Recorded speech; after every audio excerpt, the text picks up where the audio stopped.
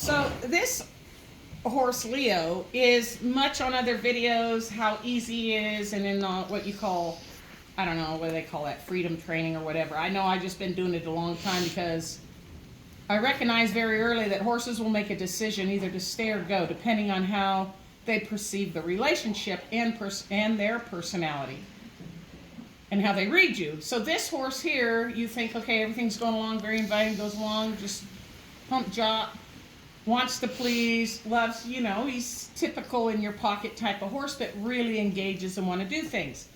So in my Mustang experience, this is the second one. You get all the way up to the point and say, right on, this is going to be easy peasy, right?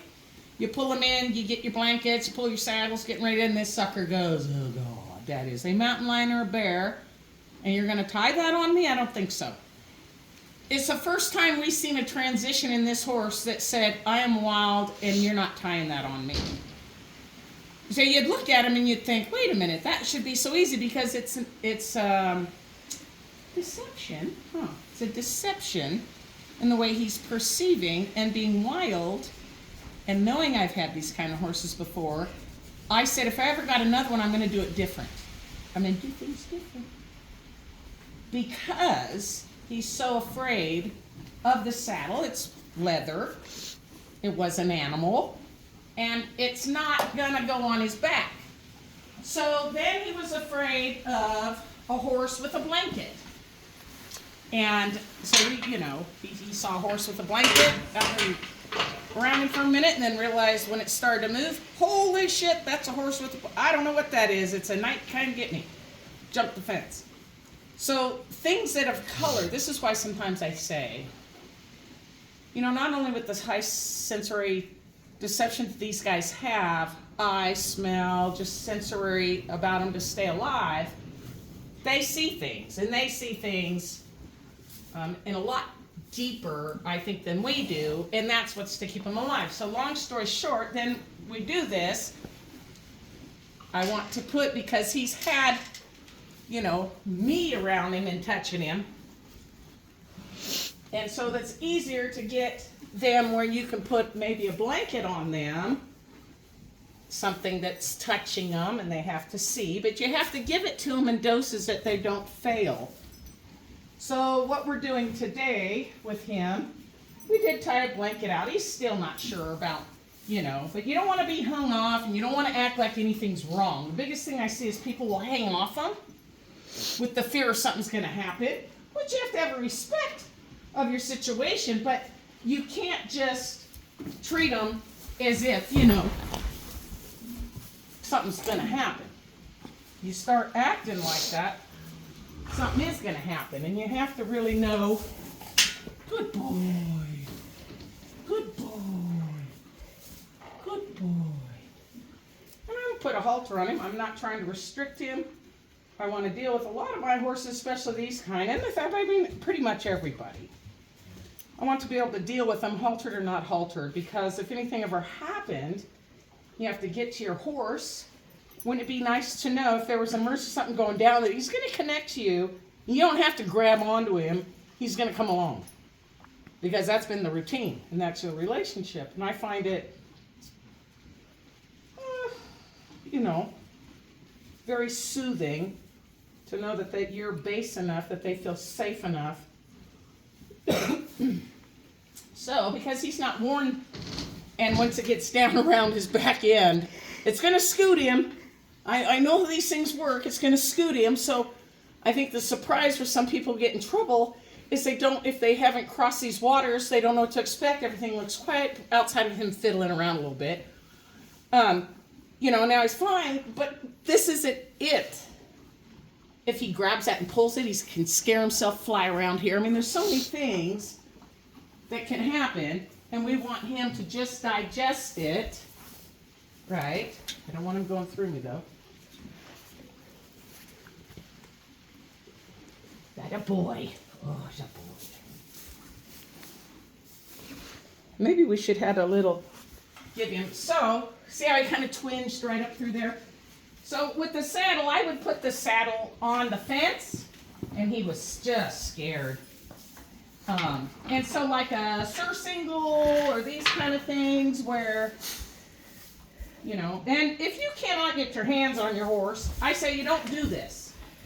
You got to be able to get your hands on your horse and be able to touch it. Because like that, they kind of act like they have been touched. See them get a little mad. Don't go through me. Good boy.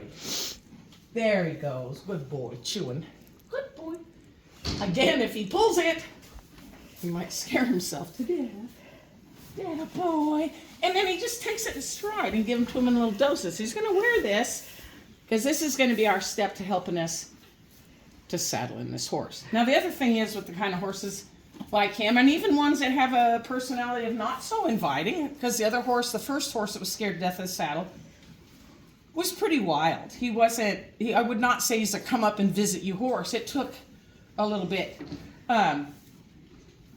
With him, I found that you could ride him bareback. So this horse invites you to get on. He wants to interchange in things that don't look like they're going to eat him. And our job with any horse, but especially the Mustang, is to really convince him that everything we're doing, he's not going to die. No, if I'm not dying, he's not dying. He's a good boy, him is. He's a good boy. Well, oh, he kind of get a little mad. You get mad? I'm fiddling with stuff. The one thing they don't like getting beat. They do not, Muslims, they don't like getting beat. And if you got a trickery a little bit before certain things like that other horse, just putting a halter on him. He felt beat. I don't know if he's going to reach back and bite me because he might. You know, you don't let him do it. You just cancel all that shit out. Quit. Huh. I need to shorten it. Trying to feel if I'm lengthening it or shortening it. I'm watching him. Good boy. And you see, I just left him alone a minute so that he could digest. I'm in a bad spot again. If he's to pull that and shuffle, just remember where you're at with them. This is not what we have to have a disclose of don't do what I do what I say. Right. Some things, if you don't know the water you're treading across, if you're not an experienced trainer, do not try this. Do not do these things. Seek help. Make sure. Olivia, who's filming, has been around. She's been with me, but she's still, these are uncharted waters. This is her horse. We don't want anything to go wrong. I'm not going to set somebody that's not crossed these kind of things before in with a horse that looks like it's safe, but may become very unsafe. And then we've just, you get a person hurt and the horse gets screwed, and then he's like, there, you done. You're done. All right, mister.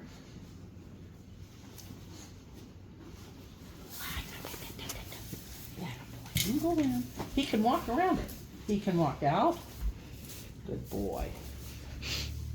You got your jammies on. Like, I'm not very happy about it. I don't want him getting kicked because I've been kicked through them. They get mad and kick you. Good boy. Huh. Your neighbor tried to kick me. Oh, man. All right. There, well, party's over, he says.